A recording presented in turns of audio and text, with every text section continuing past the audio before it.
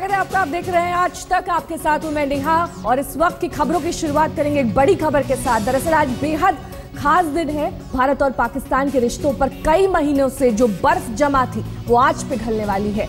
रूस के शहर उफा में दोनों देश के प्रधानमंत्री यानी कि प्रधानमंत्री नरेंद्र मोदी और नवाज शरीफ अब से कुछ ही घंटे बाद सुबह लगभग 9:45 बजे मुलाकात करने वाले हैं। लेकिन मुलाकात से पहले सरहद पर पाकिस्तान ने सीजफायर तोड़कर माहौल में एक बार फिर से अविश्वास भर दिया है। रूस के उफा शहर में 9:45 पर यह मुलाकात होनी है। आज मिलेंगे भारत और पाकिस्तान के दोनों प्रधानमंत्री। कल शाम को भी मुलाकात हुई थी और उससे पहले नवंबर में यानी कि 2014 में नवंबर में दोनों प्रधानमंत्री मिले थे।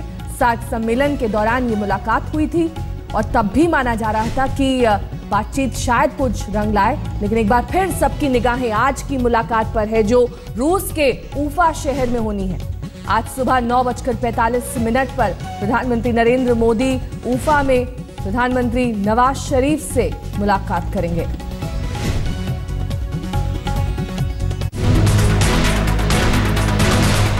ये कैसी विडंबना है कि सारी तलखी भूलकर जब प्रधानमंत्री नरेंद्र मोदी रूस के शहर उफा में पाकिस्तान के पीएम नवाज शरीफ के साथ मुलाकात की तैयारी कर रहे थे, हजारों मील दूर जम्मू कश्मीर के बारामूला के पास सरहद पर पाकिस्तानी जवान बीएसएफ के फॉरवर्ड पोस्ट पर गोलियां बरसा रहे थे।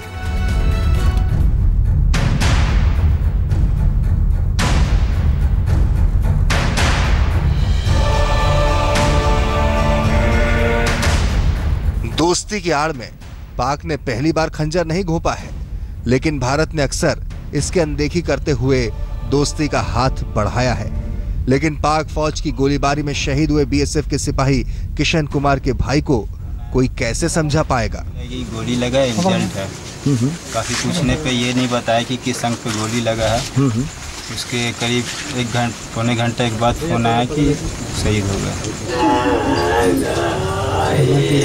उम्मीद की जानी चाहिए कि जमशेदपुर के किताहडीह स्थित शहीद किशन के घर से निकली ये चित्कार उफा तक पहुंचेगी और जब पीएम मोदी और नवाज शरीफ सुबह 9:45 बजे वार्ता की मेज पर बैठेंगे तो सरहद पर हो रही नापाक फायरिंग का संज्ञान लेंगे, क्योंकि ये युद्ध विराम के सरासर उल्लंघन का मामला है और सवाल पीएम मोदी के विजन पर उठने लगा है। ऐसे संकेत हैं कि बातचीत में पीएम मोदी मुंबई हमले के मास्टरमाइंड जकीउर रहमान लखवी की रिहाई का मसला उठाएंगे। आतंकवाद का मुद्दा भी उठेगा। जानकार मानते हैं कि लखवी के मुद्दे पर चीन का समर्थन हासिल करने और शंघाई सहयोग संगठन में स्थायी सदस्यता पाने के बाद विश्व बिरादरी में पाकिस्तान नए भरोसे में जी रहा है। इसीलिए पीएम मोदी के लिए शरीफ पर रणनीतिक दबाव बनाने की चुनौती होगी। बहरहाल सूत्रों के मुताबिक संभावना जताई जा रही है कि दोनों प्रधानमंत्री अपने विदेश सचिवों से जल्द ही मिलने के लिए कहेंगे और द्विपक्षीय संबंधों में नई शुरुआत का आगाज होगा। ये भी हो सकता है कि संयुक्त राष्ट्र महासभा की मीटिंग के दौरान दोनों देशों के विदेश सचिव मिलेंगे और हाँ, इस बार हुर्रियत से पाकिस्तानी नेताओं की मुलाकात का कोई मुद्दा नहीं होगा।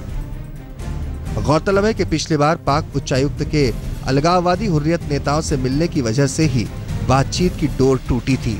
अब जबकि चंद पलों में दोनों नेता आमने सामने होंगे, उम्मीद की जानी चाहिए कि उफा की ये मुलाकात दोस्ती के नए अध्याय के आगाज का काम करेगी। दिल्ली से स्मिता शर्मा के साथ आज तक ब्यूरो। आज की मुलाकात से पहले उफा में पाकिस्तान के प्रधानमंत्री नवाज शरीफ ने कल क्या कुछ कहा था, सुनिए। Let us first talk, and then I will talk with you. Do you think it's a major step forward in India-Pakistan relations?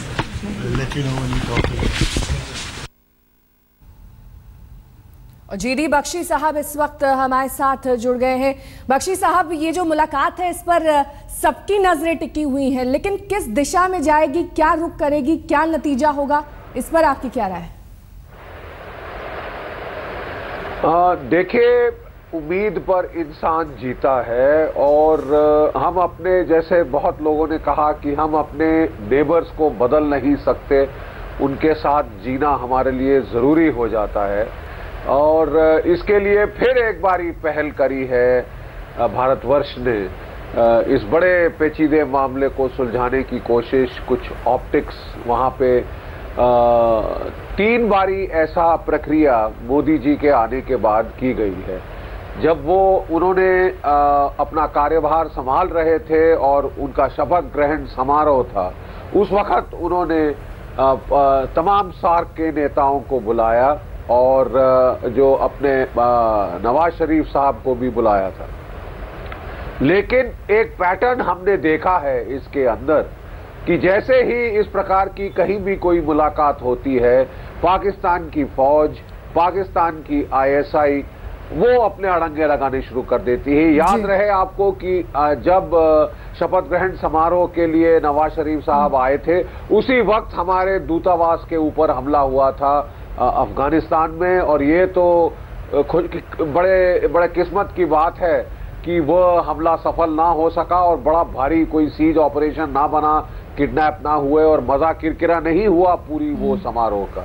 दूसरी बार वो UN के असेंबली वहां पे मीटिंग में मिले साइडलाइंस के ऊपर, उस वक्त भी फायरिंग शुरू हो गई बॉर्डर पे, अर्निया पे, और उसके बाद वहां पे इंसिडेंट्स हुए, सांबा कठुआ में टेररिस्ट वायलेंस हुआ, और अब ये तीसरी बार है और हम देख रहे हैं कि एक बार फिर पाकिस्तान की जो फौज है वो सीमा के ऊपर लाइन ऑफ कंट्रोल पे उसने फायरिंग शुरू कर दी है, और जो दर्जे हरारत है वो फिर बढ़ाई जा रही है।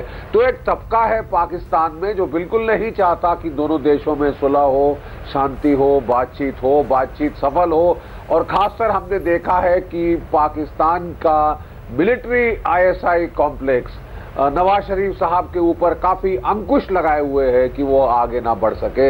हमें उम्मीद है कि शायद अब हम इस दौर से उबर कर आगे जा सकेंगे, लेकिन फिर भी यथार्थ को देखें तो उम्मीद कुछ कम ही लगती है। फिर भी वन होप्स अगेंस्ट होप।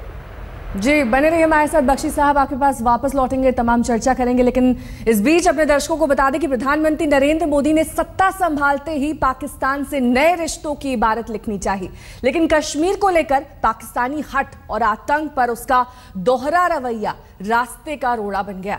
यही वजह है कि 13 महीने में संबंधों की गाड़ी ठीक से 13 कदम भी नहीं चल पाई है। सभी लोग बेचारे अंदर ही बैठे हैं। पाकिस्तान ने मासूम लोगों पे फायर किया था, आज दोबारा लोगों पे खौफ बना हुआ है कि पता नहीं कब किसी की कब बारी आ जाए।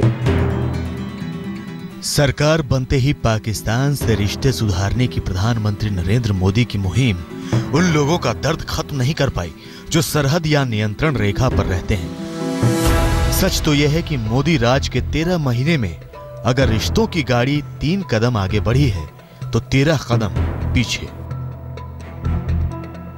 असलियत तो यह है कि पाकिस्तान के प्रधानमंत्री नवाज शरीफ अपने मुल्क के अंदर काफ़ी कमज़ोर हैं। यानी वो डेमोक्रेटिकली इलेक्ट ज़रूर हुए हैं, लेकिन उनके जो ऑपोजिशन है, या तो इमरान खान है या फिर जो बाकी जो पार्टीज़ हैं, काफ़ी उन पे दबाव डाल रही हैं। तो कितना नवाज शरीफ डिलीवर कर पाएंगे ये भी बहुत बड़ा सवाल है। लेकिन एक इससे भी बड़ा सवाल ये है कि अगर आप नवाज शरीफ के हाथ नहीं मजबूत करते तो दूसरा चारा भी क्या है भारत के पास। अब इन संबंधों में उतार चढ़ाव को समझिए।